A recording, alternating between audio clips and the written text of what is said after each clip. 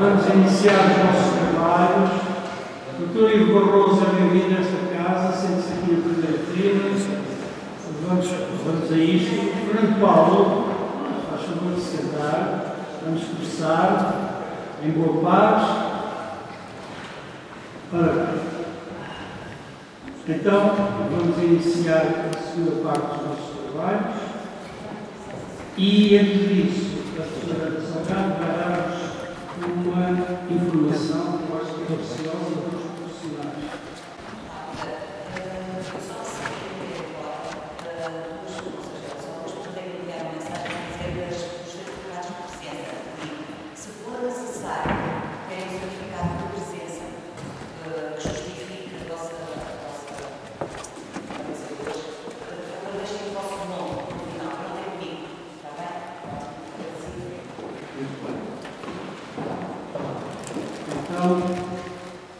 Tenho o gosto de dar a palavra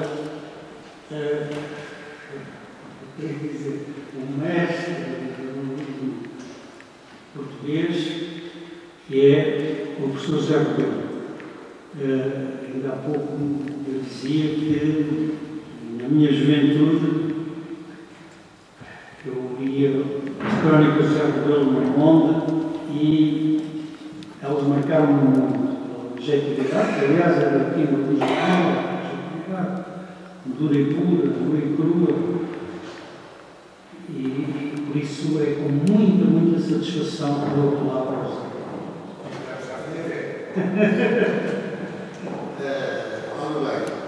Boa tarde a todos, agradeço à Academia o convite que formulou para estar aqui presente e para abordar convosco esta temática, que quer não é extremamente importante. Gostaria apenas de fazer uma pequena observação. No programa eu apareço como presidente da Associação de Estudos, Comunicação e Jornalismo, mas estou aqui a falar em termos muito pessoais. Eu fui convocado num plenário desta associação para saber qual é a posição da Associação de Estudos, Comunicação e Jornalismo sobre a matéria. Estou, portanto, a falar em termos pessoais, na qualidade de professor jubilado do ISCTE, doutorado e agregado em Ciências da Comunicação. Ora bem, eu intitulei a minha comunicação de Um Acordo para quê e para quem? E passo a ler. Na origem, este acordo, assinado por todos os países membros da CPLP, em dezembro de 1990, visava, como se sabe, unificar as duas normas ortográficas então existentes, a portuguesa e a brasileira. Consideravam os seus defensores que tal unificação permitiria uma maior internacionalização da língua portuguesa, assim como a mais fácil aceitação do português como língua oficial nas instituições onde Portugal e Brasil estivessem representados. As vicissitudes que o referido acordo suscitou ao longo deste quarto de século adensaram, no entanto, as dúvidas sobre a sua fundamentação e sobre a sua execuibilidade. Daí a pertinência desta iniciativa, agora levada a cabo pela Academia das Ciências. No plano interno, o acordo, promulgado em julho de 2008, foi oficialmente introduzido em escolar no ano letivo de 2011-2012 para júbilo das empresas especializadas na edição de manuais. Mas durante todo o tempo que mediou entre a sua adoção e a sua efetiva institucionalização, assistiu-se a uma espécie de braço de ferro permanente entre uma vontade política favorável ao dito acordo, consubstanciada nas decisões governamentais e nos debates parlamentares, por um lado, e uma contestação desse acordo por parte de sectores alargados da opinião pública e, particularmente, da intelectualidade portuguesa. Basta lembrar a este propósito o Manifesto em Defesa da Língua Portuguesa contra o Acordo Ortográfico, que recolheu mais de 113.000 assinaturas e foi objeto de apreciação em plenário da Assembleia da República em maio de 2009. Lembrar a Iniciativa Legislativa de Cidadãos, que via Facebook e Twitter congregou em 2010 dezenas de milhares de assinaturas. lembrar a petição lançada em 2015, intitulada Pela Língua Portuguesa, diga não ao Acordo Ortográfico de 1990, que reuniu 52 nomes grandes da literatura, das artes e do ensino universitário em Portugal. No campo dos média, e embora a maior parte das publicações e dos jornais e dos canais de televisão tenham aderido ao acordo, no caso dos canais de televisão, sobretudo os canais públicos eram ou não, porque havia uma decisão que é uma decisão oficial e, portanto, aí não havia escolha. Mas dizia eu que, apesar da maior parte das publicações e dos canais de televisão terem aderido ao acordo, revistas como a Sábado e jornais diários como o Público anunciavam a sua recusa em aplicá-lo. Por outro lado, colaboradores do Semanário Expresso, com a notoriedade do Miguel Sousa Tavares ou do Pedro Mexia, esclarecem com o seu quê de provocatório que escrevem de acordo com a antiga ortografia. Enfim, dos 27 organismos inquiridos pelo Instituto Camões em 2005 sobre a aplicabilidade do acordo, apenas 2 não levantaram quaisquer problemas a que esse acordo fosse aplicado de imediato. Apenas 2 de 27. Das numerosas objeções ao acordo, destacam-se, vou selecionar 3 que são fundamentais. As objeções que eu considero inconstitucional. 2.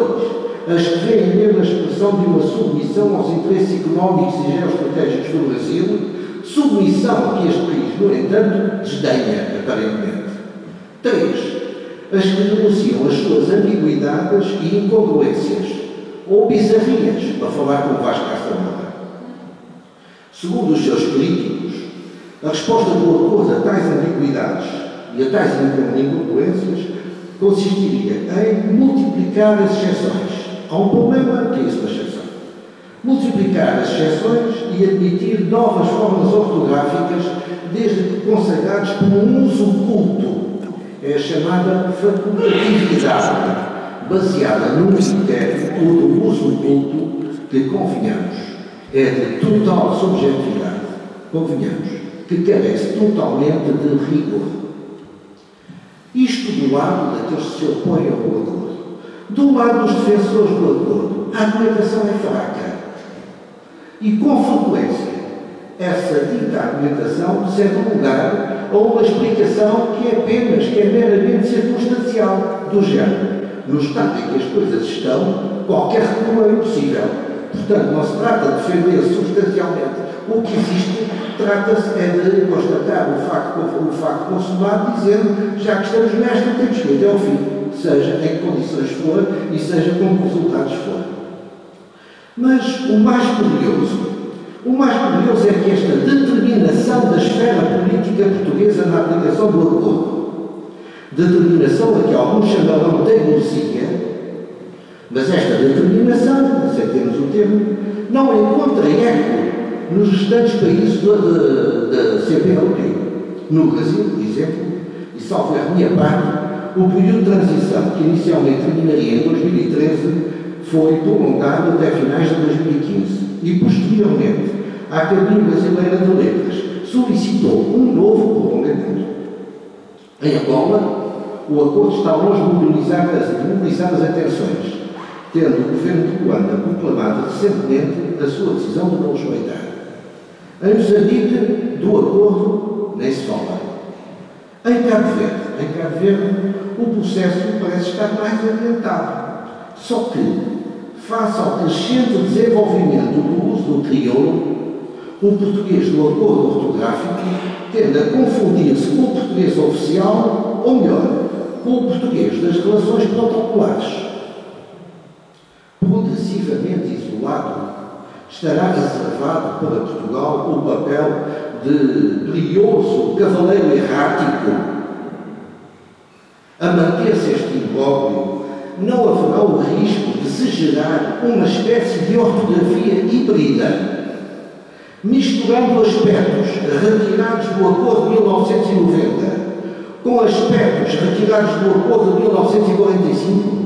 Bem, isso acontece comigo, e como não deve ser a única pessoa com quem isto acontece, daí a possibilidade que eu vejo de se gerar esta espécie de ortografia ortografia híbrida.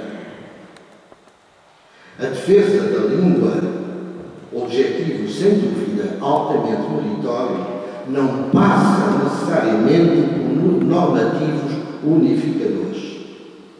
A ortografia do francês de França não é exatamente a ortografia do francês do Canadá.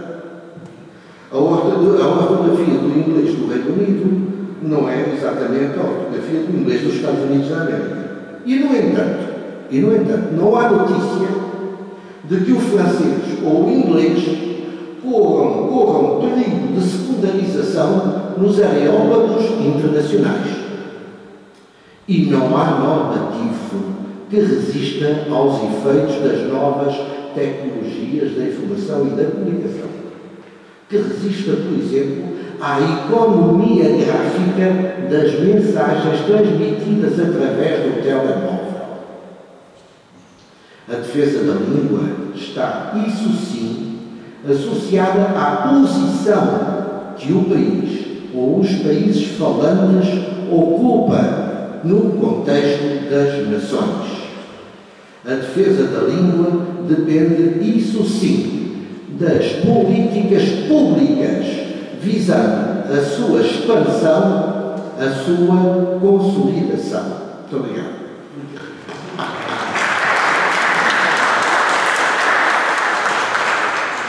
Depois desta notabilíssima comunicação, gestos de Rebelo, eu vou dar a palavra e queria que, se não tivesse presentes na sala, porque depois queremos falar com o deputado. Agora dou a palavra a Sofia Branco, do Sindicato dos Jornalistas. Não está presente.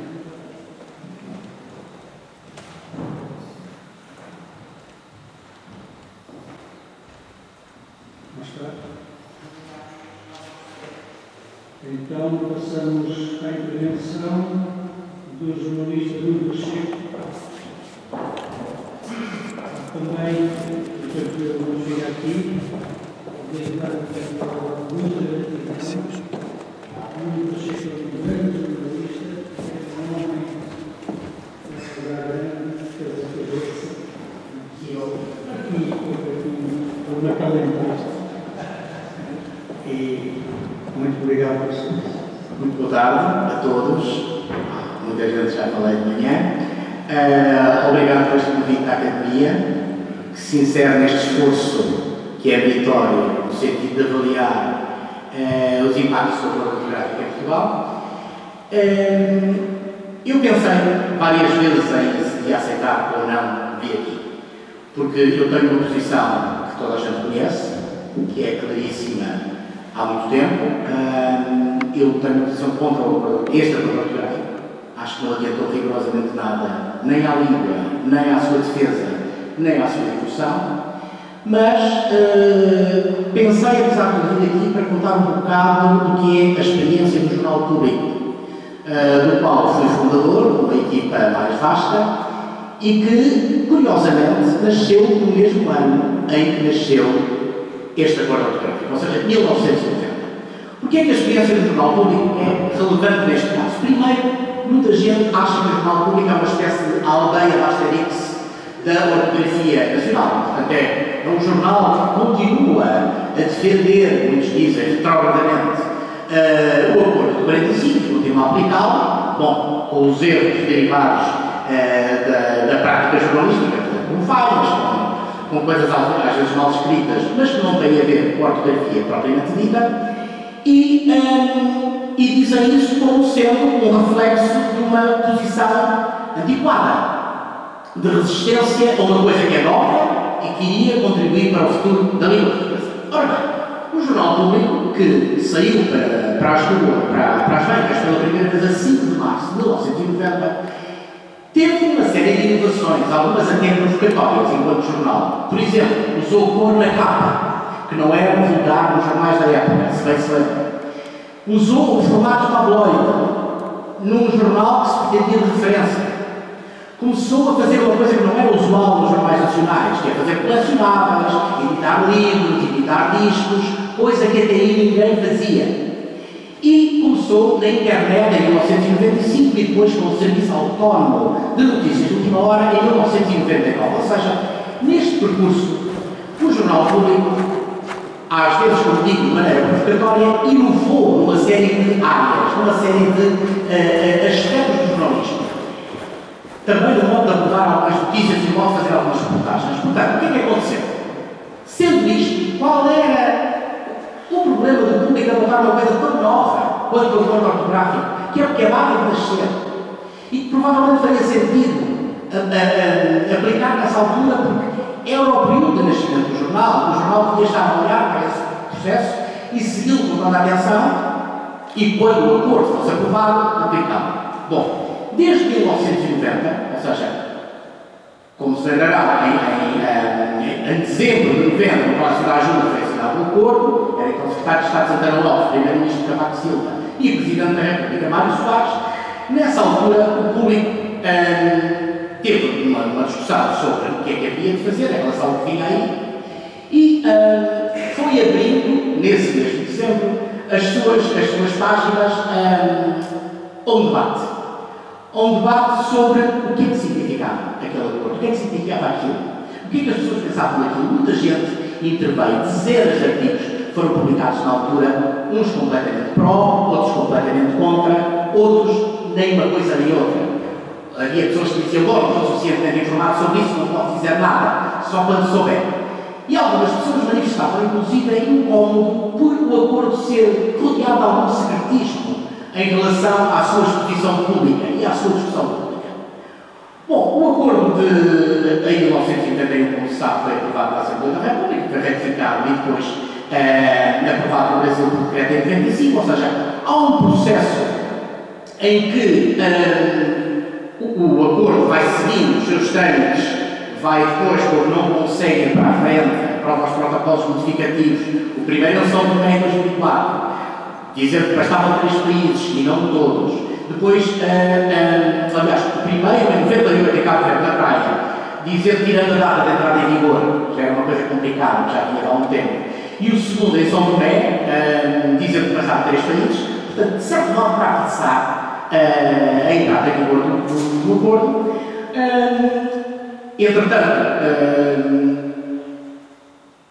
Entretanto, surge a público os 2 dicionários locais da tal altura, ou seja, em 2001 sai para as bancas o dicionário da Academia das Ciências de Lisboa, com 70 mil entradas, como diz o dicionário, e em 2002, logo a seguir, a edição portuguesa do dicionário Weiss, que aliás tinha morrido em 1999, começou neste processo, mas tinha morrido a meio do caminho, digamos assim. Este dicionário teve, ambos estes dicionários tiveram o patrocínio da Fundação Carlos Gulbenkian e, portanto, com o surgimento destes dicionários, de certa maneira, muita gente olhou para o processo do acordo ortográfico como estando praticamente morto. Não parecia fazer sentido que 2 dicionários daquela envergadura, respeitando ambos ainda o acordo de 1945, e estando o acordo de 1945 ainda em vigor por lei, não tendo sido revogada, aliás, até hoje, não parecia fazer sentido que se repegasse ainda no acordo ortográfico quando 2 dicionários da envergadura usavam o acordo de 45 e manifestamente saíam para a rua com 100 dicionários para durar algum tempo. Na verdade, essa ideia durou pouco tempo, porque em 2006, no Brasil, o acordo foi retirado das gavetas da Academia Brasileira de Letras e foi, de certa maneira, ressuscitado o seu processo. E aí, dentro do público, voltámos a discutir o que se faria então. Na altura, já agora em 1990-91, o jornal tomou uma posição editorial contra o acordo. Não iria abrir. Porquê? Pareceu-lhe, com toda a discussão que tinha, de certo modo, que tinha dado espaço nas suas páginas, que os contras eram muito mais do que os prós. Não via vantagens a curto prazo em aplicar o acordo.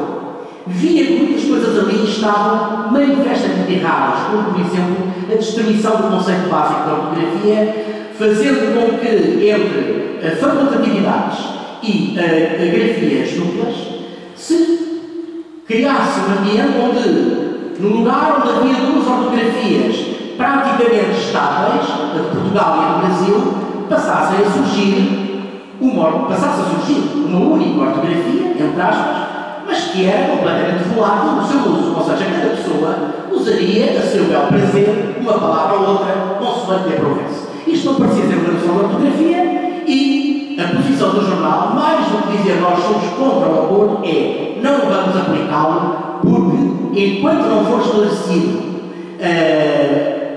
francamente o seu objetivo, a sua utilidade, isto não nos servirá para nada. E assim ressuscitámos a discussão mais tarde.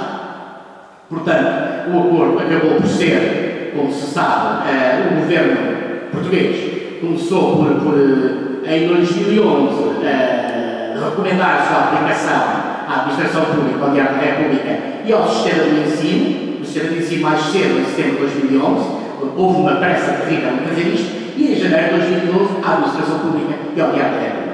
Bom, em 2009, antes disso, quando se voltou a ter a discussão, nós fizemos um trabalho grande, que aliás se intitulava Acordo Ortográfico vale a pena discordar, e depois concordámos que sim, que valia a pena discordar. E escrevemos um editorial onde dizia porque rejeitamos o acordo. E dávamos nesse editorial, de novo, como argumentos, as regras competitivas, o exemplo do inglês, que não estava de acordo para nada para vingar à escala internacional, e as vantagens duvidosas do dito acordo, que não tinham sido esclarecidas até agora. Voltaram a ser publicados artigos de opinião, e agora, como o acordo já está, de certa maneira, implantado em Portugal e alguns jornais começaram a aceitá-lo, nós abrimos só no espaço de opinião liberdade para que os autores dos artigos pudessem escolher a sua ortografia. E, portanto, naquele espaço, só naquele espaço, era totalmente livre a escolha. Coisa que não aconteceu nos jornais, que têm, como sabem, cotas para pessoas que estão autorizadas a usar o antigo, chamado antigo acordo ortográfico. Fizemos, entretanto, várias outras coisas. Por exemplo, em 2014, já mais tarde, fizemos uma edição, tivemos uma brasileira como diretora, a cantora e compositora Adriana Galcantor. Claro que este jornal, que está aqui, tem uma bandeira que ela desenhou na capa, foi também uma espécie de provocação. Nós iniciámos nesse ano uma coisa que chamámos o Ano Grande do Brasil no público. Fizemos muitas reportagens sobre o Brasil, fomos ao Brasil várias vezes e acolhemos também muitos artigos de autores brasileiros. Artigos esses que não eram estilo vírgula na ortografia, ou seja, eram publicados cá com a ortografia do Brasil, tal como o editorial da Adriana Galcantor tem a ortografia brasileira e todo o jornal é escrito com a ortografia do português europeu. E ela, aliás, curiosamente, até por esse nosso debate interno, escreve, a certa altura, o seguinte, ao início: aceitei na hora, imagina que sonho, falar da língua portuguesa, da palavra lusitana, provocar o público a respeito do acordo ortográfico, vigente no Brasil desde 2009, dizia ela, e não adotar pelo periódico um furor argumentativo. Verdadeiramente, este furor serviu-nos também para tentar entrar no Brasil de outra forma. Ou seja, nós, em 2014, arrancámos por esta Ano do Brasil, portanto, um ano em que dedicámos muitas reportagens ao Brasil e começámos a editar lá no Brasil, junto com a revista da Livraria de Cultura de São Paulo, uma separada, ou seja, uma súmula daquilo que é o nosso documento cultural das sextas-feiras, a que chamamos Y, uma edição só para o Brasil. Edição essa integralmente escrita com o português de 45. No Brasil, ninguém levantou nenhum problema a isto. A tiragem oscilou entre os 40 mil e os 25 mil, e durante um ano, esta edição manteve-se no Brasil sem o mínimo problema levantado por alguém. Ao mesmo tempo, em 2015, fizemos um contrato com o OEL, como sabem, é o maior portal brasileiro de notícias, e portanto, ainda hoje, o público está presente na página de entrada do OEL, e através dele, curiosamente, em janeiro deste ano, porque o acordo continua até hoje acessível, em janeiro deste ano, tivemos via o OEL acesso, isto num total de 11 milhões de acessos globais ao público online, bem entendido, ao público em linha. Tivemos 814 mil acessos ao público via o OEL do Brasil e mais uns diretamente do público, ou seja, diretamente ao site do público, sem passar pelo OEL, mas acesso a partir do Brasil, 770 mil acessos, o que dá mais do que 10% do total de acessos. É relevante para um jornal que continuou a resistir a qualquer mudança ortográfica e manter a ortografia de 1945. Paralelamente, temos feito outras iniciativas com o Brasil, como feiras de vinhos, que implicam também textos que também eles não são sujeitos a qualquer correção ou adaptação quando surgem no Brasil. Portanto, porquê é que fizemos isto até hoje? Porquê é que foi este o nosso caminho? Foi este o nosso caminho porque nós entendemos e na altura pressupusemos isso e na verdade foi o que aconteceu. Nós íamos caminhar para uma situação que não é uma situação nova em Portugal, já existiu antes, de um caos ortográfico incontrolável. Hoje não se escreve propriamente nem no acordo 45 nem no 90, escreve-se uma coisa que já foi dita aqui, uma espécie de mistura, uma mescla, uma geleia geral, como diria no Brasil, e que mistura tudo. As pessoas usam no mesmo texto frases de um acordo e do outro, às vezes a mesma palavra escrita de duas maneiras, porque deixou de ter regras. Ou seja, o facto de haver uma ortografia pretensamente transnacional, que ainda por cima se socorre de facultatividades e de duplas grafias, só podia dar isto. Portanto, o público não fez, por precaução, nenhuma adição a este acordo. Não haverá, enquanto o acordo não assumir uma forma decente, e se assumir uma forma decente. Porque, à partida, este acordo, no nosso entender, não era propriamente necessário. Bastava que, olhando para o acordo 45, aliás, como tem sido sugerido por algumas pessoas, entretanto, com conhecimento da matéria, bastava que o acordo 45 tivessem sido feitas alterações e adendas no sentido de respeitar a ortografia portuguesa e a ortografia brasileira, fazendo com que isso fosse de facto normativo, mas normativo separadamente para os dois países e de algum modo pudesse haver um vocabulário comum que condenasse as diferenças, não as ignorasse, mas que ao mesmo tempo não criasse uma falsa unidade, que é verdadeiramente falsa, e que não conduziu até à data destes 5 anos de aplicação do acordo, não trouxeram até este momento nenhuma vantagem que tenha sido explicitada de forma clara pelos seus defensores. Ninguém ouviu até agora dizer, mas há aqui uma vantagem extraordinária. Não, nem na circulação de livros, nem na circulação de textos, absolutamente em nada. Pelo contrário, textos que vão daqui para o Brasil continuam, como algumas pessoas se queixaram, a ser traduzidos, entre aspas, para português do Brasil.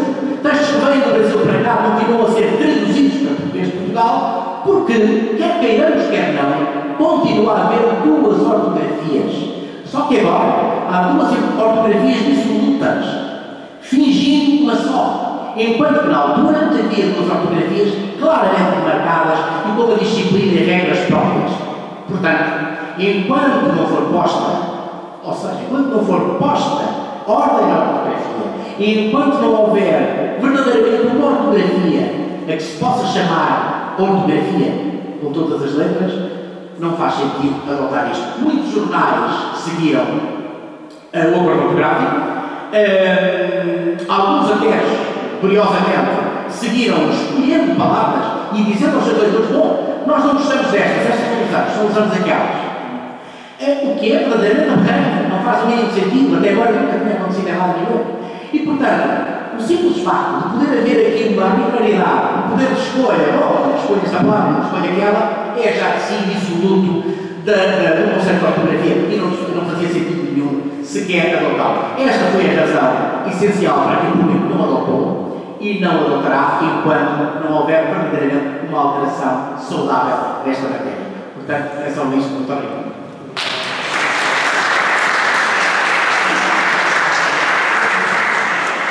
Já chegou a ter o seu evento, depois peço por favor apresentar a sua comunicação, depois então faremos um período de debate.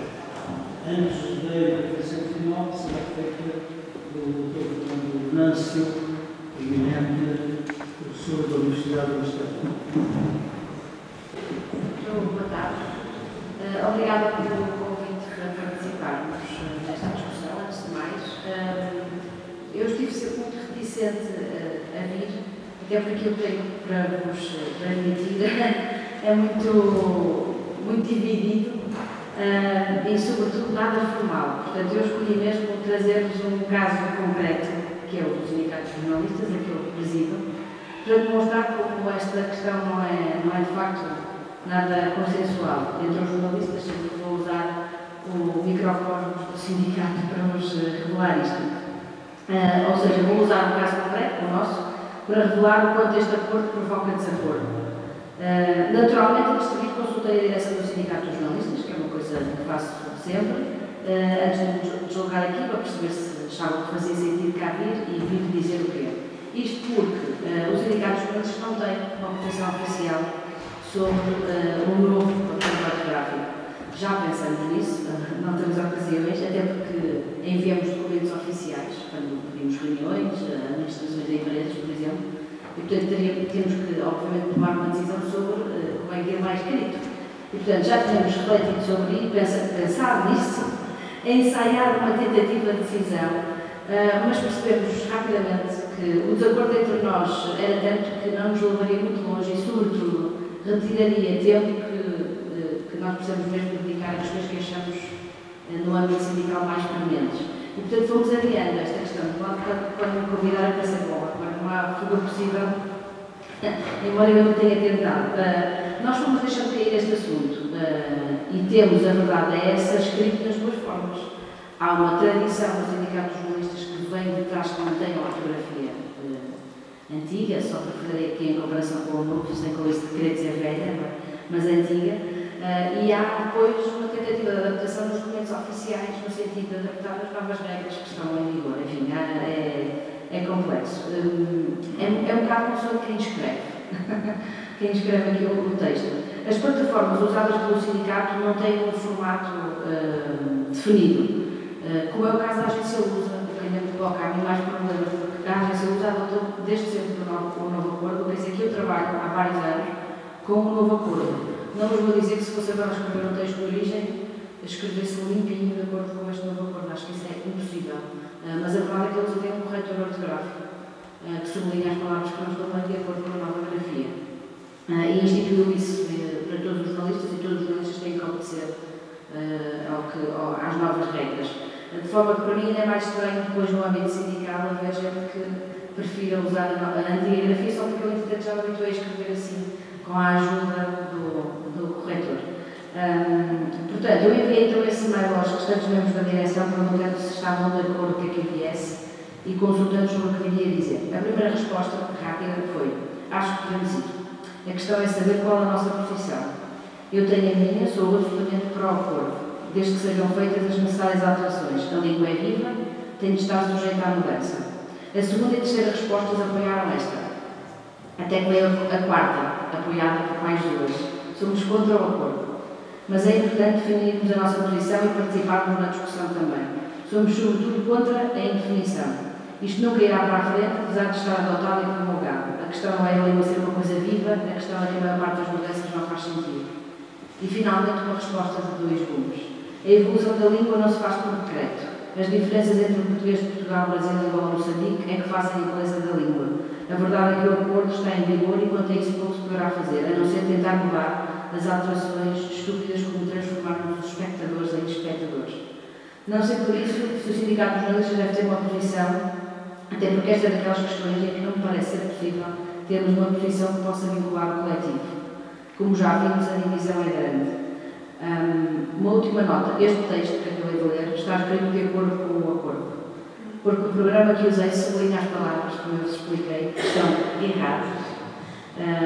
Mas, como eu vos disse também, isso não quer dizer que eu teria escrito exatamente assim. Acho que ainda hoje sou incapaz de pegar numa caneta, sobretudo numa caneta, e de escrever como está. Isto gera muita confusão para profissionais, como os jornalistas que lidam todos os dias com a escrita.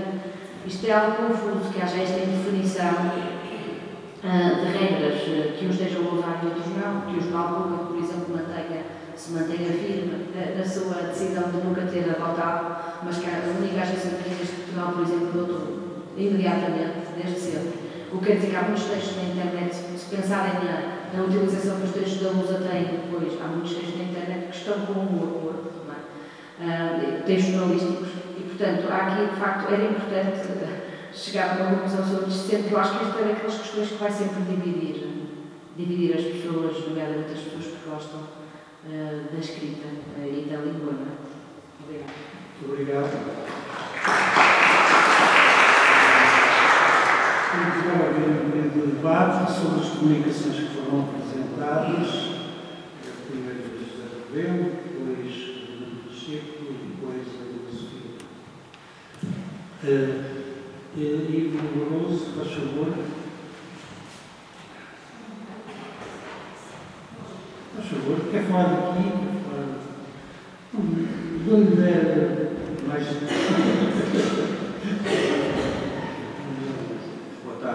Boa tarde a todos. Eu gostaria de, em primeiro lugar, dizer que, de facto, houve um grande... Se o acordo de 86, o seu projeto, teve uma larga discussão, e tanta discussão que acabou o chumbo do projeto 87, de 86, no ano, portanto, e foi o acontecimento do ano de 86. O anteprojeto da base da ortografia unificada de 1988, da autoria designadamente do Dr. Malaco Casteleiro, teve um chumbo por parte da CNAL, da Comissão Nacional da Língua Portuguesa, e depois por parte, depois o acordo ortográfico teve um novo chumbo por parte da CAL e da Direção-Geral da Educação, e, portanto, a verdade é que, apesar disto, o acordo ortográfico 90 foi, portanto, aqui nesta academia, discutido numa semana, sob a presidência do novo presidente Jacinto Brunos, que é economista, curiosamente, mas presidiu às sessões, mas deve-se dizer que o acordo foi assinado, portanto, e a assinatura não significa vinculação, significa apenas a chamada autenticação do texto, ou seja, que o texto fica fixo, não significa vinculação para coisa alguma, apenas um dever genérico de boa-fé, e de facto houve um total sabertismo portanto, em 1990, porque o acordo foi assinado em 16 de dezembro de 90, sem que o texto fosse conhecido. Isso levou a uma petição do movimento contra o acordo ortográfico e do greve literário, portanto, para que ele fosse conhecido. Em 2005, 2008, aconteceu sensivelmente a mesma coisa, porque foram pedidos participações de título de Camões e como isso já foi referido da parte da manhã. Ora bem, em relação aqui à parte dos jornalistas, eu gostaria de lembrar que, portanto, o Jornal Record, portanto, adoptou o acordo em 2009. Aliás, o Record, portanto, como o Record não se lê a última consoante, portanto, provavelmente eles deviam suprimir a consoante que não se lê, porque é muda, pelo menos na lógica do acordo ortográfico 90. Devo dizer que se deve dizer acordo ortográfico 90 e não novo acordo ortográfico, porque já tem vetustos 27 anos. Em 30 de janeiro de 2010 foi adotado pela agência Lusa e em 1 de janeiro de 2011 pela RTP. Ora bem, e aqui a questão que se levanta é a seguinte, é que estávamos ainda no prazo de transição. Acontece, o grupo Impressa, portanto o Expresso adotou também em 2010 e, sinceramente, eu não percebo como é que o grupo privado adota o acordo ortográfico e depois a SIC também adotou, portanto, mas já em 2012, mas o Expresso foi logo em 2010 e a TVI sensivelmente em abril de 2012.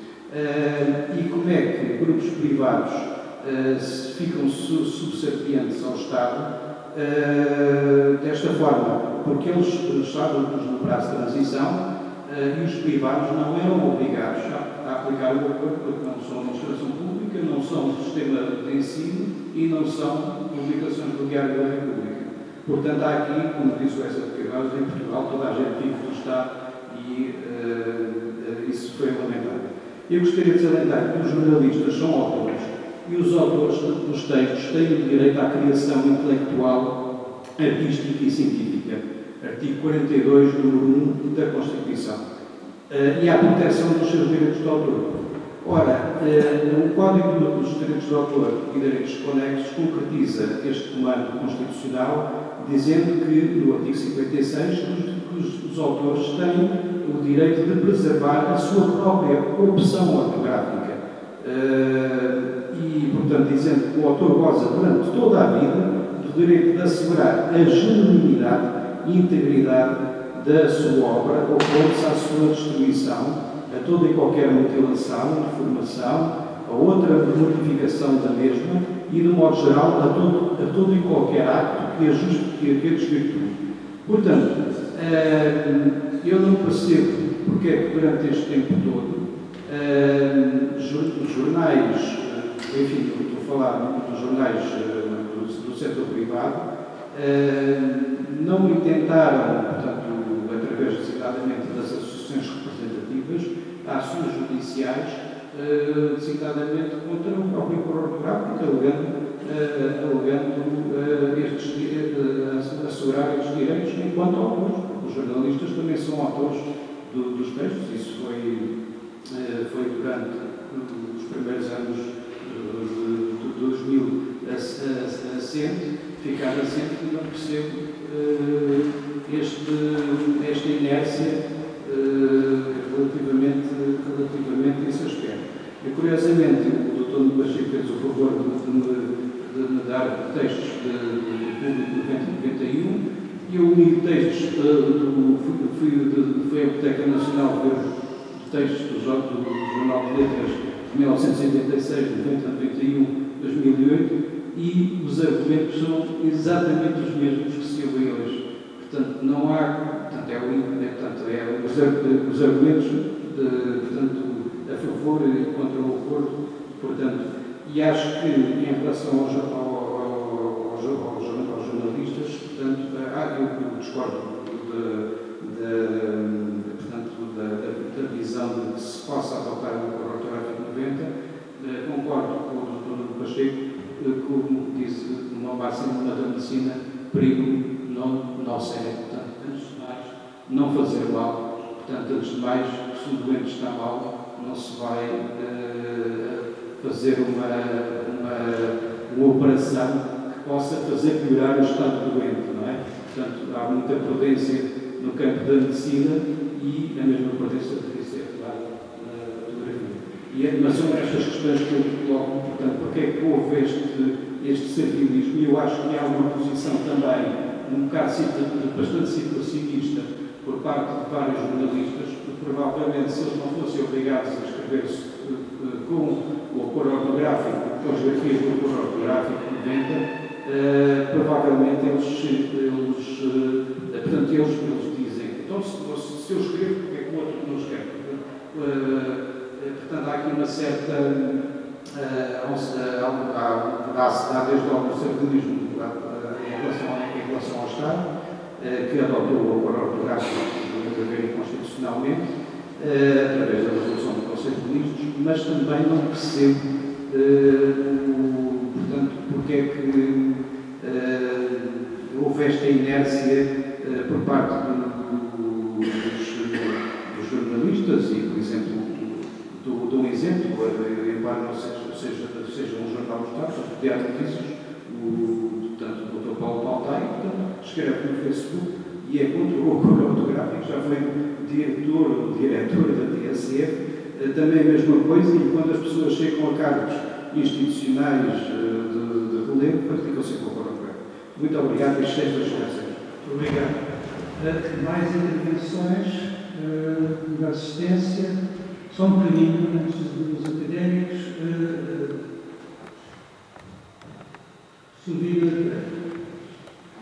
Muito boa tarde. Eu não tenho assim um argumento, é apenas um testemunho.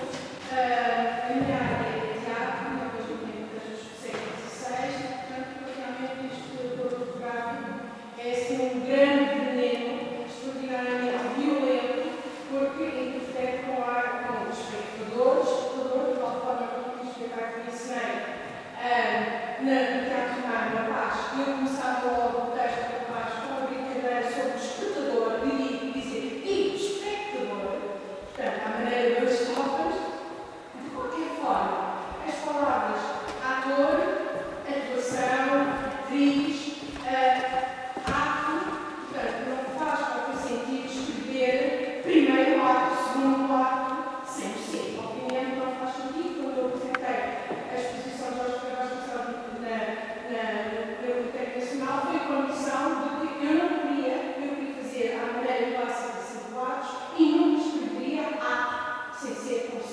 E, portanto, isso foi à base. Consegui fazer um livro sem o acordo, mas agora tenho justamente uma questão de que os artigos que escrevi para o jornal mudavam os artigos para o acordo. Depois passei para um jornal para não haver o acordo com a ideia pública nesse jornal de acordo. O que é que acontece? Tenho 2 livros na imprensa de Coimbra que foram, um foi a concurso e ganhou, que seja feito, não é? E o outro foi a convite.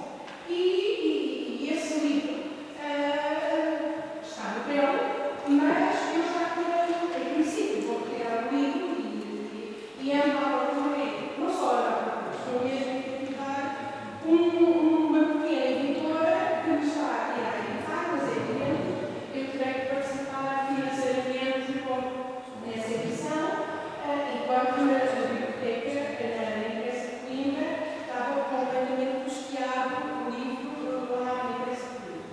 Portanto, é uma grande doença, é um absurdo, não faz sentido, desafia a inteligência e pegando aqui naquilo que o Nuno Pacheco falou, que é também do livro, é o que é que acontece no Portugal dos portugueses, a experiência e não se discute as coisas. Não é uma coisa, é um assassino, é um veneno mesmo. Que traz os miúdos, eu dou aulas de teoria integral e os jovens copiam tudo aos pedaços e que vem tudo cheio de erros. Portanto, não há norma nenhuma, não há regra nenhuma. Como é que é possível que isso não tenha um impacto na massa inteligente de Portugal, dos portugueses, que deixem abrir mão disso, faz muita impressão. E realmente são para pessoas, como inclusive as pessoas que estão à frente das imprensas de Coimbra, que no fundo, ou mesmo os jornalistas, que acabam por dizer: eu pessoalmente não estou de acordo, não estou de acordo, até escrevo à maneira antiga, mas adoro.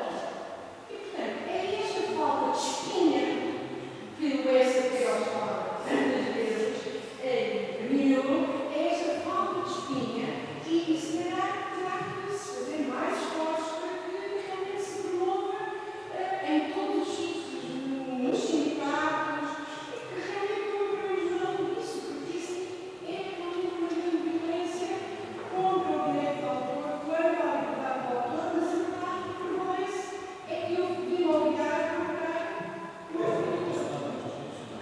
Como? Muito obrigado. Para quem não conhece, talvez os mais jovens não conheçam, a doutora Silvina Pereira, eu queria lembrar que é autora de uma tese de doutoramento do melhor que se publicou em Portugal acerca do teatro de Jorge Ferreira Vasconcelos. É uma pessoa extremamente culta, corajosa, tem dado o seu nome a muitas iniciativas de teatro que têm muito valor, e por isso o testemunho dela é fundamental. Agora, eu queria esclarecer o seguinte: a doutora Silvina Pereira falou várias vezes da imprensa de Coimbra. Era melhor dizer a imprensa da Universidade de Coimbra. São coisas diferentes. Agora, a imprensa da Universidade de Coimbra depende da reitoria da Universidade de Coimbra.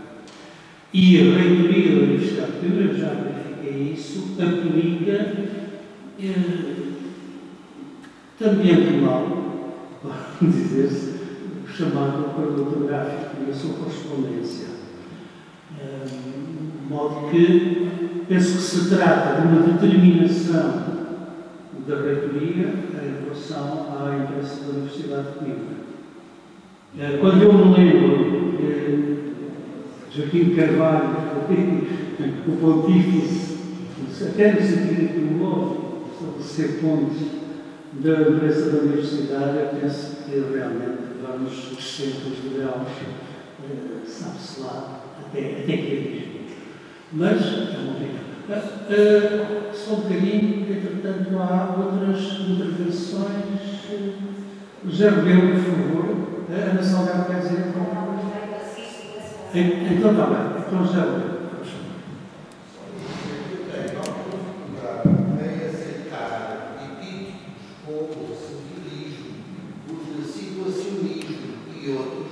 Para caracterizar a atitude dos jornalistas face a estas histórias do Globo de Comunidade.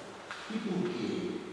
Porque, para quem conhece minimamente o modo de funcionamento das redações, para quem conhece minimamente a relação de forças que existe no interior das redações e no interior dos grandes grupos multimédia, basta conhecer minimamente essa relação de forças para saber que o jornalista está muito longe de ser um profissional independente, um profissional autónomo. Ele está sujeito a diretivas que vêm da estrutura empregadora e ele, enquanto assalariado, já tem tantos outros riscos de se encontrar no mercado do desemprego assim de um momento para o outro, não iria acrescentar esse mais ainda, que deixava de ser visto. Era uma inevitabilidade de ser posto pura e simplesmente na rua se ousasse pôr em causa princípios, critérios, são critérios definidos pelos responsáveis financeiros do órgão de comunicação social ou do grupo multimédia onde ele está inserido. Portanto, a questão que se põe não é de saber porque é que os jornalistas respeitavam imediatamente ou aplicavam imediatamente o acordo. Deixa-me acabar. A questão não é de saber, portanto, qual a razão pela qual os jornalistas adotaram imediatamente o acordo. A razão é de saber porque é que os grandes grupos multimédia imediatamente aceitaram esse acordo. E então há duas respostas teoricamente possíveis. Ou porque estão de acordo com o acordo, ou então porque se manifestam, ou a sua manifestação revela aquilo que são as relações espúrias entre o campo dos média e o campo político, nomeadamente em Portugal. Essa é que é a questão, é aí que tem que encontrar a resposta e não na interrogação sobre o comportamento de tal ou tal jornalista. E eu termino perguntando à Sofia Branco, que é presidente do Sindicato dos Jornalistas, portanto, o órgão tem uma dimensão reivindicativa grande, se ela, na agência Lusa, pode dar-se ao luxo de pôr em causa aquilo que é um critério determinado por quem tem o poder dentro desta empresa. Muito obrigado, José Rebelo, como sempre, uma intervenção de altíssimo nível. Eu queria aqui abrir um parênteses para lembrar uma coisa, falou-se aqui no Diário de Notícias. O Diário de Notícias publicou recentemente uma edição diplomática, vamos chamar-lhe assim, em termos técnicos, do Ministério da Estrada de Sintra, todos nós conhecemos. Como é o meu espanto, quando eu verifico que o texto do Ramalho e do Essa está completamente alterado, porque há uma submissão integral às disposições do acordo do governo. Eu aconselharia as pessoas que lidam com textos clássicos a que fossem pelo menos mais prudentes, não aconselharia mais nada. Fernando, se faz favor, daria o pedido. Eu vou só responder. Não tenho a mínima hipótese de escrever que não da forma que está decidida pela direção da USA e pela administração da USA. Isto é um critério, obviamente, decidido por quem desfia. Não foi perguntado na altura aos juízes o que achavam sobre esse assunto. Houve uma grande polémica inicial, evidentemente, sobre isso, porque fomos confrontados com uma adoção sem reflexão do acordo, mas nós não vamos passar anos nesta conversa, porque isto não é possível diariamente. Eu até posso fazer, mas depois vai lá e diz já.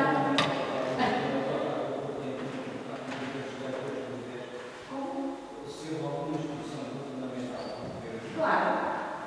Claro, faz parte de uma chamada séria do General do Estado, é uma decisão política. Está tem que ver perante a agência de uso, a tal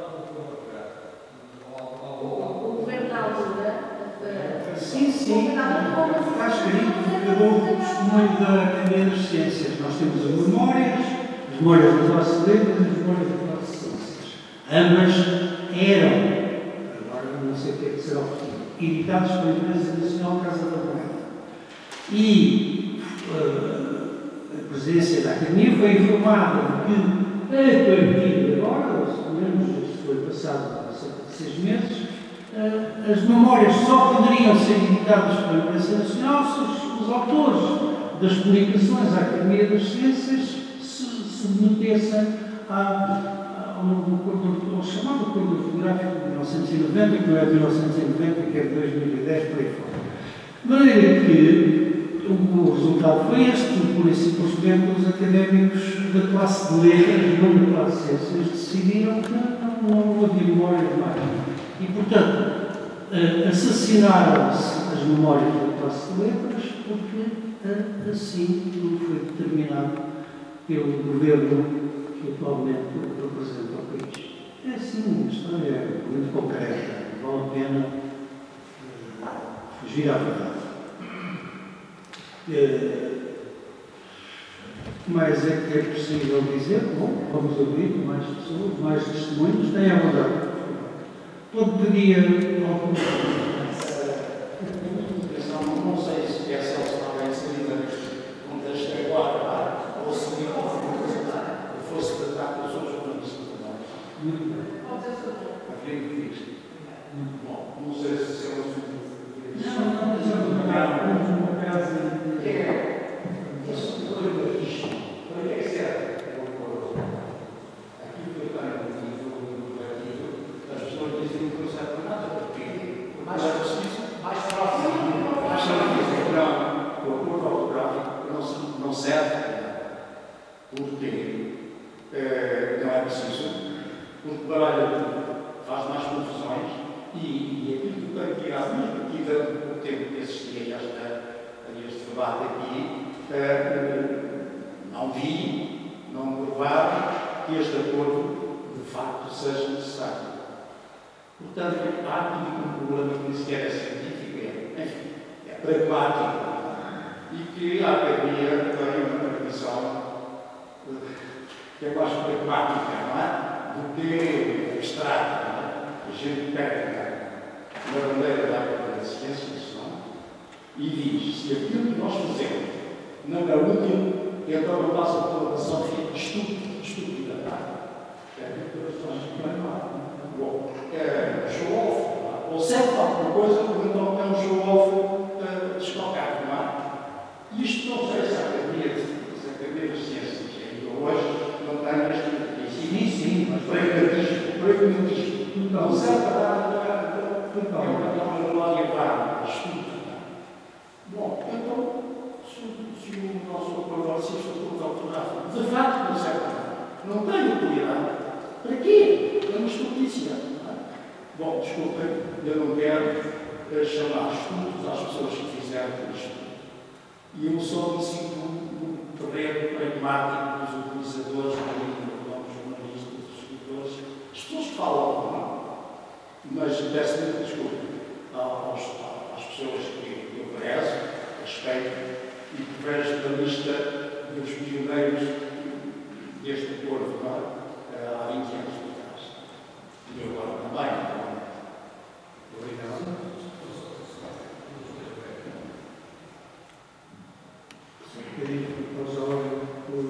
Quer dizer qualquer coisa, peço que seja breve. Eu compreendo da resolução do Conselho de Ministros 8/2011, que diz, portanto foi aprovada em 9 de dezembro de 2010, diz a adoção do acordo ortográfico pelos órgãos de comunicação social tem vindo a contribuir numa base cotidiana e de forma progressiva e para a familiarização da população com as novas regras ortográficas. Para dizer que, portanto, a própria imprensa tem também, compreendo perfeitamente o doutor José Rebelo que referiu, mas eu estava a referir também, sobretudo, aos grupos da imprensa, portanto, da SIC, e no caso também do grupo da TVI. Mas, de qualquer forma, o que é certo é que também não houve ações judiciais.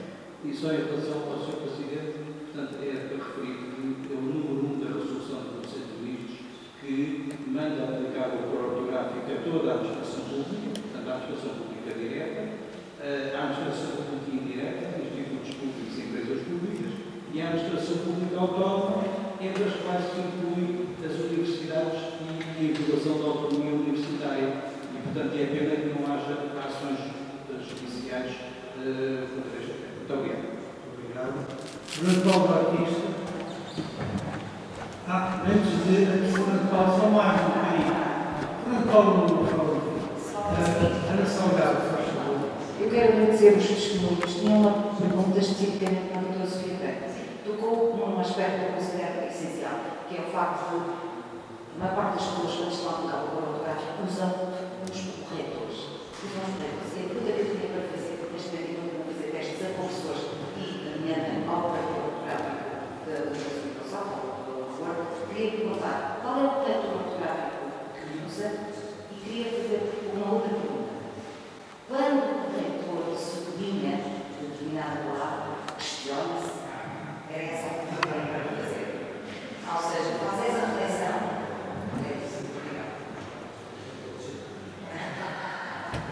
Vamos ouvir a resposta. Eu faço sempre essa reflexão porque, como expliquei, ainda não me habituei. Eu não gosto propriamente desta nova grafia, mas quer dizer, não sei se isso é para mim uma fé. Ou seja, ora, acho que por causa de uma certa lógica.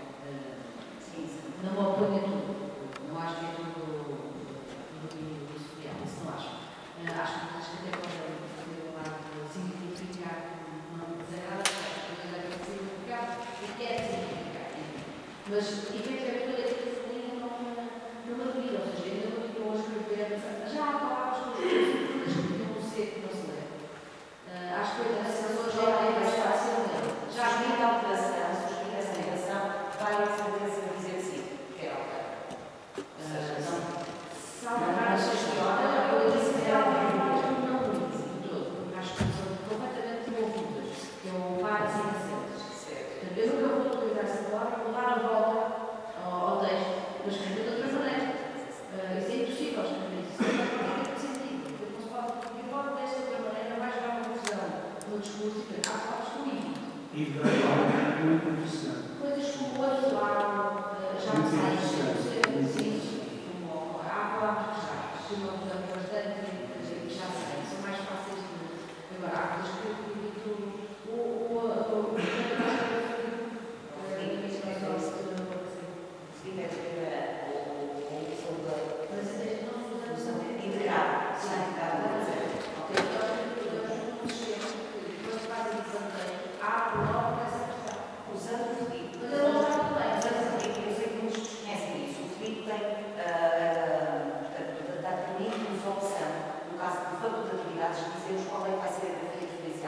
talvez nunca tenham trabalhado nisso. Nós podemos perceber, ou seja, estão a fazer o que digamos que o produto a dizer. Certo? É uma ideia que se deixa. É que nós sublinhamos para o autor dos anos, mas é sublinhar para o indicador do texto. Claro, é assim. Sai fácil.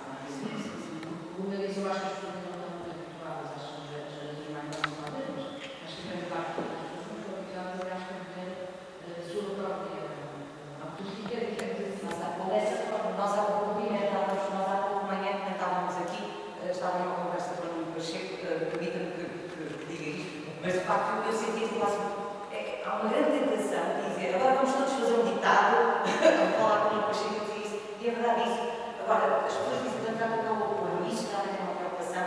Vamos todos fazer comunidade sem usar tanto o autografo. E afinal, quem é que está a aplicar ou não o autografo? E realmente há uma geração da minha parte dizer, então agora, em vez de continuar a sessão, vamos todos fazer comunidade, dizer os resultados é que vamos obter. Eu cheguei já para que estamos a fazer assim. Eu cheguei quando não tomava uma completamente fundamental em relação aos resultados. Afinal, isto é resultado. Certo. Isso é crucial para perceber se isto tem um impacto na sociedade, e sobretudo as pessoas funcionam com isto. Nós temos, exatamente, principalmente por causa dos jornalistas, nós estamos a atingir textos, ou seja, nós temos que estar preocupados com o conteúdo e não a forma, ou seja, haverá certo compreender que nós podemos tornar feitos turísticos, etc.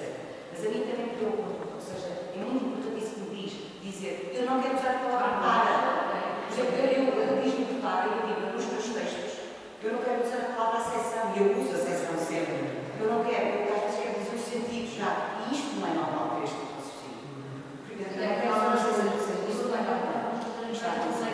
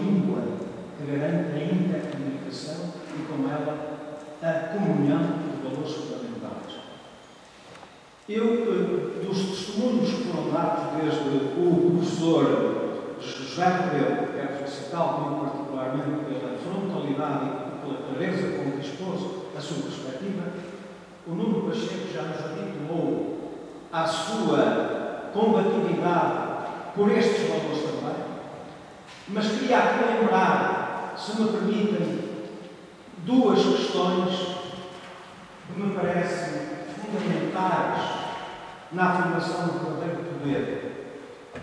Cito o Donald Davidson naquilo que é a clareza e a eficácia dos nossos conceitos aumenta com o desenvolvimento da nossa capacidade de compreender os outros. Há tudo outro. Porque nós não somos uma esfera de solipsismo. Nós somos fundamentalmente a presença do outro em nós, desde logo da componente biológica até à componente cultural. A outra é a dimensão fundacional da minha própria universalidade. Não existem limites definidos para o longe que nos pode levar a capacidade de diálogo. E eu pergunto, na academia, em todos os lugares onde desempenhamos o nosso estatuto de cidadania, alguém nos pode cercear os horizontes desse crescimento da paz do diálogo?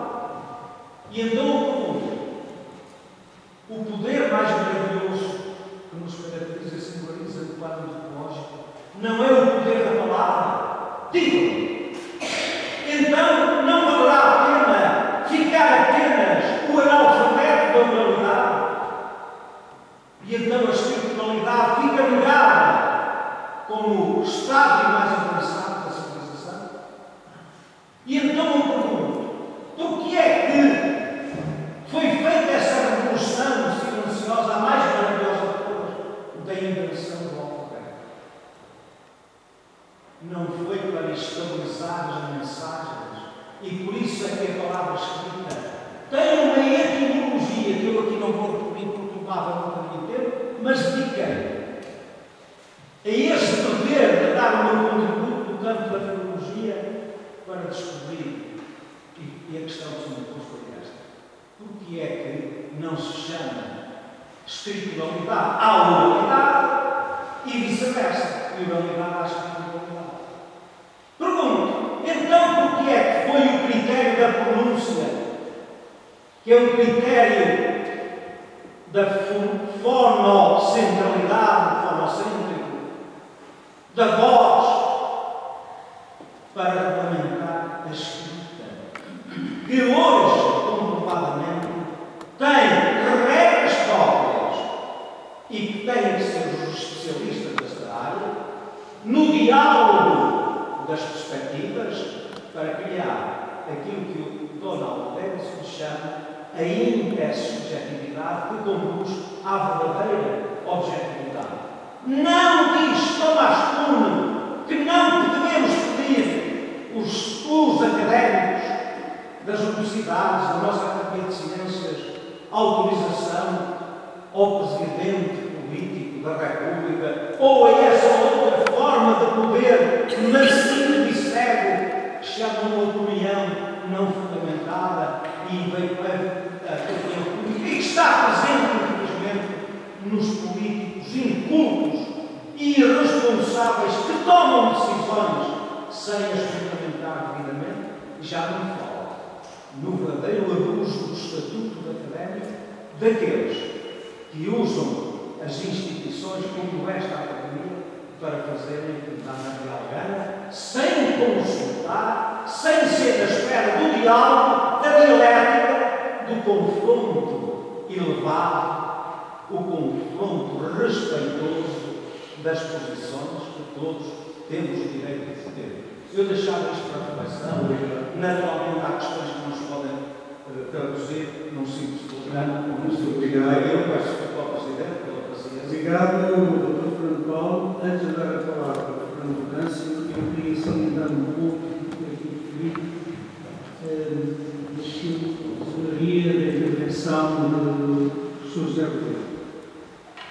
Ele disse, e bem, que o Canadá e a França usam a mesma língua com aspectos ortográficos médicos.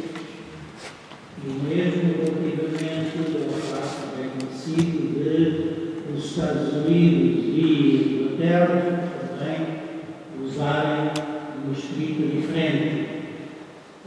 Às vezes a pronúncia é igual, porque center, por exemplo, eles publicam center, só que um escreve center e outro escreve center. Bom, tenho defendido, embora me sinta bastante isolado, mas enfim, tenho defendido as ortografias nacionais. E acho que quanto maior é a individualidade cultural dos povos que usam uma língua, maior é o direito à ortografia. O Brasil está no seu pleníssimo direito em ter as normas ortográficas que entenda. Eu queria lembrar que o Brasil esteve no seu pleníssimo direito em 1955, quando o Congresso, com grande pena do Presidente João Café Filho, após o suicídio de Getúlio Vargas, o Congresso mandou rasgar a Convenção tinha feito com Portugal no tempo das duas ditaduras. Está no seu pleníssimo direito. Agora, Portugal também está no seu pleníssimo direito de ter ortografia que entenda. E chama a atenção para o facto, para mim, extremamente revelador, que nem Angola, nem Moçambique, se quisermos, são os dois países com maior maturidade cultural da antiga África colonial portuguesa, terem subscrito o acordo ortográfico. Não é por acaso. E vou mais longe. Saúdo o crioulo como língua nacional. Os povos têm todo o direito à sua identidade linguística. Está na Declaração Universal dos Direitos Linguísticos. Dir-me, mas então o português é que se... O português é outra língua, é uma das possibilidades que os cabo-verdianos têm de se entender. Ou em crioulo ou em português, estão no seu direito, estão num país livre e independente. Portanto, nós só temos que, como eu costumo dizer, desejar-lhes muito boa viagem. Vão em frente. Tenho dito, eu não vim aqui senão para ouvir, mas apeteceu-me também dar a minha é com muito gosto que recebo aqui o nosso confrade, que a gente não sabe se está na Holanda, se está em Portugal. Neste momento está em Portugal, é um magnífico professor da Universidade de Amsterdão, que vai então brindar-nos com a sua presença. Muito obrigado. Só uma correção. Eu fui professor da Universidade de Amsterdão. Neste momento sou o investigador sénior dessa mesma universidade. E estou a viver em Portugal, espero por muitos anos. Espero para mim próprio. Existe um anti-acordismo militante. E existe um anti-acordismo inteligente. O anti-acordismo militante vive no desassossego. Acredita em mundos perfeitos, mas acha irreparavelmente imperfeito o mundo que nos calhou. Por isso, irredutível no seu pessimismo, não perde tempo com a razão. Para ele, ponderar é já dormir com o inimigo. O anti-acordismo militante jura que nunca lê nada, livro ou jornal, gravado segundo o acordo de 90. É uma atitude supersticiosa, fetichista, mascarada de heroicidade. E quando lembramos que é também um luxo, somos olhados como provocadores. Na sua desconfiança da racionalidade, o anti-acordismo militante não se confia menos à retórica. Perante o acordo de 90, esperando qualquer intervenção na ortografia, ele declara-os crime de lesa pátria e proclama que a língua é identitária do povo e da sua cultura. Ortografia, língua, identidade, eis o curtíssimo percurso de uma visão essencialista, desatinada, que acha que o mundo está feito assim. Não está. O turco continuou a ser a mesma exata língua quando, em início do século XX, trocou a ortografia árabe pela latina. O farsi, persa, mantém-se o idioma da família do nosso. Peçam a um iraniano para contar de 1 a 10. Mesmo se redigido em caracteres árabes. O mirandês não pertence menos ao grupo astro-leonês por servir-se da ortografia portuguesa. E o galego, ainda que escrito à espanhola, é de todas as línguas a mais próxima da nossa e há até quem diga que são a mesma. Da ortografia à identidade vai a distância de um desvario. Sim, o discurso da identidade é um dos charlatães da política do mundo afora, apelando aos instintos mais básicos do córtex reptiliano. Só o profundo sentido da tragédia pode inspirar em matéria ortográfica os ais por perda do património. A militância anti-acordista acharia atentado à nossa identidade um convênio internacional que se reunisse nesta academia para retirar, com a devida solenidade, o acento circunflexo à palavra pelo. É que nele poderia estar escondida, quem sabe, a essência da alma portuguesa. A primariedade do anti-agonismo militante sofre paralelo com a grande eloquência dos propagandistas do Acordo de 90. A acreditar neles, esse acordo espelharia, que digo eu, garantiria a unidade essencial da língua portuguesa. De resto, são parcos em ideias sólidas sobre aquilo que apoiam. A uns contentam-os o legalismo. O acordo está em vigor, ponto final. A outros animam-os o fatalismo. O acordo está em vigor, paciência. Em momentos de lucidez, concedem que haverá umas pontinhas a amanhar, mas há de pensar-se nisso quando tudo estiver ratificado. Não lhes passa pela cabeça que o amanho dessas pontinhas poderia exatamente lubrificar as ratificações. Mas pronto, também nós temos ideias. Uma coisa anda, desde há muito, a pedir uma resposta, e é esta pergunta. Estaria o português precisado de uma mexida ortográfica? Oh sim, urgentemente! Assim pensaram os participantes portugueses e brasileiros no Magno Congresso da Vida em 1967 em Coimbra. Tudo em nome da lusofonia. A palavra não existia ainda, mas o sentimento já rondava e conduzia a atos de histeria coletiva. Acharam os congressistas que uma intervenção ortográfica não só era urgente, como teria de ser drástica. E porque o problema mais insolúvel era um dos acentos nas esdrúxulas, género, cômico e cômico, ficou logo ali decidida, por jubilosa aclamação, a proposta de eliminação de todos os acentos das proparoxítonas. Estavam lançadas as bases do fatídico acordo de 86. Tudo se passou sempre a esse nível. O da euforia pouco crítica, a do aconchego lusofónico, o da leviandade científica ao serviço de sonhos universalizantes. Ficaram dispensados os estudos exaustivos da realidade do idioma, mais o previsível reflexo de cada um nessas medidas tomadas. Mas perguntemos, ainda que não urgente, continuaria uma intervenção na ortografia a ser desejável ou mesmo conveniente? Aí a questão já é outra. E ela mereceria uma resposta afirmativa. Veja-se o meu discretíssimo caso pessoal. Em 1984, publiquei no Jornal de Letras uma proposta de reforma da ortografia portuguesa, fundada na primacia da pronúncia.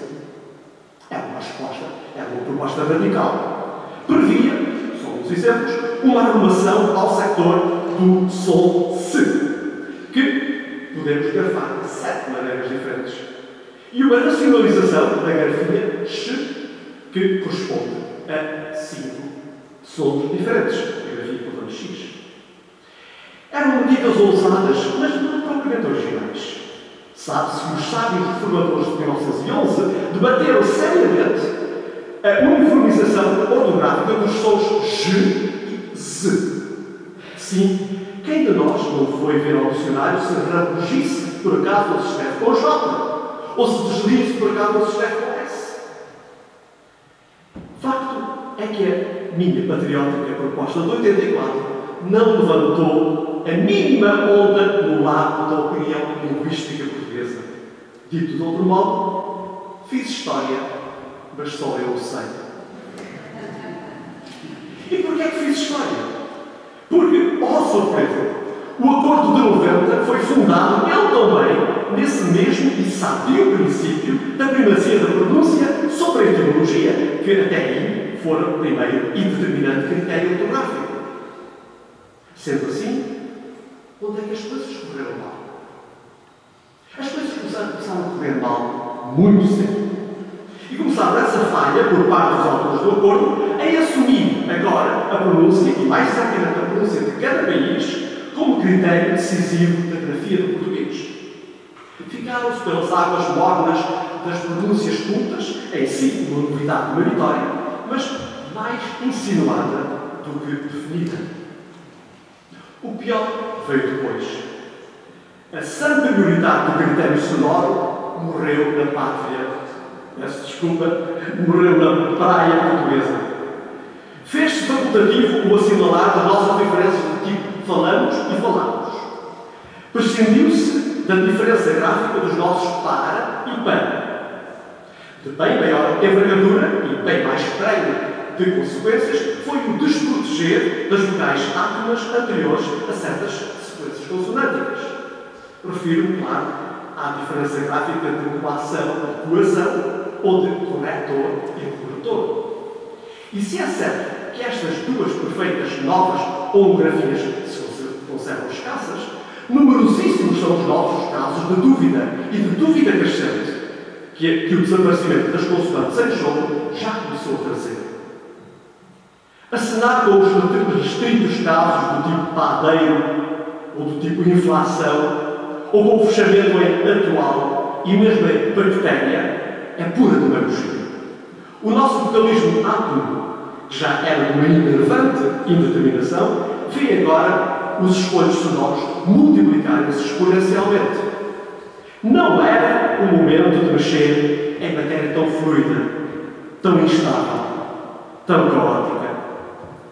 Saiu-nos a emenda bem mais insuportável que o soneto.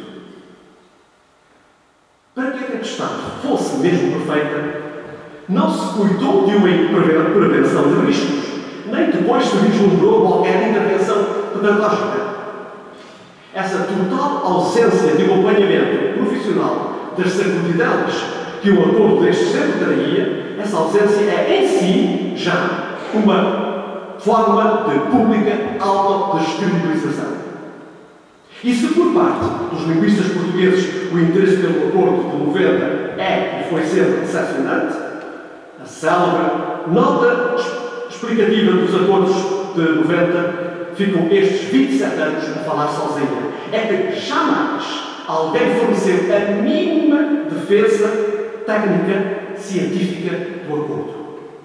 Tudo quanto se ouviu foi alarido ideológico, jogo de sombras sobre uma etérea unidade numa ainda mais impalpável lusofonia. E agora? O cenário não está de festas. Dadas as patentes limitações do legislador em matéria linguística, a começar pelo PS, como lembra hoje no público o Nuno Pacheco, dadas essas patentes limitações do legislador em matéria linguística, resta-nos a resistência até ao fim dos nossos dias, que se desejam longos e repletos. Não era o futuro que sonhávamos. Ninguém o pediu assim. Pobres, eles sim, dos professores, pobres das criancinhas. O verdadeiro problema ainda são eles, os que safam. O verdadeiro problema é desses que merecem e, por isso, podem exigir que abandonemos a nossa zona de conforto e que devem poder contar com o nosso empenhamento e o nosso ativismo. Onde restar ainda uma brecha de racionalidade é a obrigação nossa explorá-la. A primeira medida inteligente deveria ser, sim senhor, aceitar algumas propostas do acordo de 90, não sendo transcendentais, são mesmo assim aceitáveis. Entre elas, a eliminação do hífen nas formas de haver-de, a eliminação de acentos nas formas verbais deem, creem, leem ou venham, mas nunca em tempos, também nunca em forma. A inclusão no alfabeto das letras K, W e Y. Uma boa arrumação nos usos do hífen. A eliminação do C de Ártico e de Antártico. A eliminação das consoantes etimológicas que a fonologia de todo dispensa. Também não tenho objeção, a princípio, a que os nomes dos meses e das estações se iniciem por minúscula, sem entusiasmo, mas também sem vida maior. E, no limite, até concordaria com a iluminação do acento gráfico em estoico, em heroico, em paranoico, coisa que, vendo bem, não serve a qualquer propósito unificador e que apareceram no acordo com Pilatos no Credo. Uma palavra sobre os aperfeiçoamentos que a Academia das Ciências recentemente propôs para o acordo de novembro. São, a meu ver, medidas problemáticas ao visarem uma observância ainda mais rigorosa dos propósitos unificadores do acordo e, sobretudo, ao pressuporem no utente português um conhecimento bastante detalhado das variantes brasileiras. Mas só um exame das listas exaustivas das consequências dessas medidas propostas permitirá uma ponderação adequada. Um anti-acordismo inteligente aceita, portanto, as realidades do idioma, tal como recusa o bálsamo das retóricas identitárias. Mas não se faz de desentendido e olha com apreensão as novas e crescentes confusões que o Acordo de 90 vem fomentando. E mesmo divertindo-se com as criativas hipercorreções que cada dia florescem, vê nelas a prova provada de quanto tino haverá de ter-se quando se quiser intervir na ortografia do português europeu essa fascinante e complexa relojoaria. Vamos então já para o novo acordo? Calma. Será preciso primeiro remover o atual e dar depois tempo a que os anticorpos que ele gerou se diluam. Uma coisa é certa.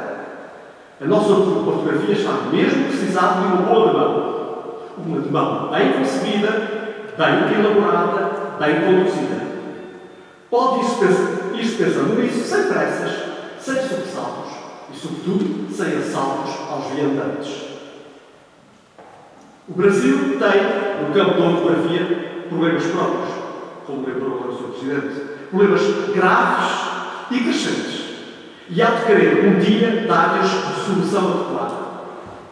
Será difícil pôr-nos todos de acordo e o mais certo é nunca haver nenhum acordo mais.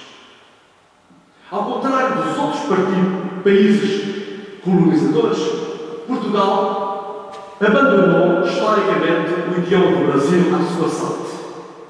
Isto é, nunca investiu na proteção, no estímulo da sua norma, sobretudo em cenário colonial.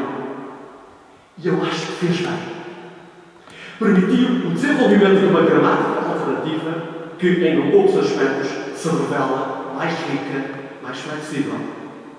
E a linguística portuguesa deveria evitar, hoje, dar apoio, mesmo por omissão, aos sectores mais reacionários da linguística brasileira. A nossa história foi aquilo que foi. E a defesa da unidade essencial da língua portuguesa é hoje tagarelice ideológica, nunca tendo sido, e repito ainda bem, um empenho político. Sim, Portugal nunca foi linguisticamente imperialista.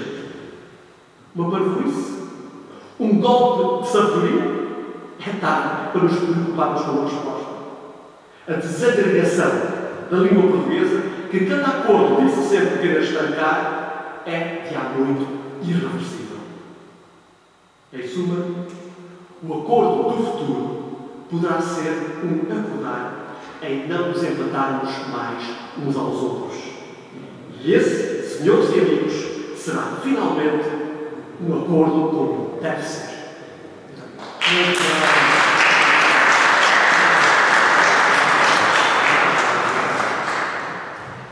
Foi uma excelente intervenção do Venâncio. Creio que ele está à espera da assistência para responder a qualquer pergunta que queira fazer. Alguém quer fazer perguntas ou não seguir? Se faz favor, Teresa Salema. Eu só tenho esclarecimento. Qualquer proposição em relação à imposição e à censura na administração pública e das escolas, porque eu penso que deste-nos aí algumas pistas que eu considero muito valiosas, mas isso teria que ser num plano de expressão de, como é que eu ia dizer, permissão da liberdade de opção ortográfica para os escritores, para os jornalistas, para os tradutores e para os cidadãos em geral? É uma pergunta que eu peço que especifiques, porque ficou aí quando muito subentendida, mas não explicitado. Eu creio que fomos todos vítimas de uma grande infelicidade. O aborto, no princípio dos anos zero deste século, estava praticamente morto. E foi uma grande infelicidade que, por circunstâncias puramente políticas, que não tinham deixado nada a ver com o aborto, se tenha iniciado no Brasil, depois com o apoio em Portugal, um processo que desembocou no queimar de tempos. Só posso dizer que esse processo já foi político, já não foi linguisticamente estava morta, é a responsabilidade dos políticos. E é a esses que é preciso chamar a tarefa e que eles expliquem e que deem uma resposta política porque é que continuam a apoiar isto, de que eles não têm a mínima noção do que é e do que implica e do que vai implicar. Vai mais alguma pessoa que deseja fazer perguntas ao nosso Fernando Venâncio? Então, vamos passar à conclusão deste nosso encontro e eu aproveito para agradecer a presença de todos, agradecer ao nosso sócio emérito, Joaquim Siqueira Gonçalves, a honra que me deu em participar também na mesa da presidência. Vamos então passar à mesa redonda. Antes disso, creio que há cafezinho. Aceita um cafezinho? Pois não. Então, pois sim, um cafezinho antes da mesa redonda, se quiserem. Depois, mas agradeço é que não vão embora, porque não vão embora não.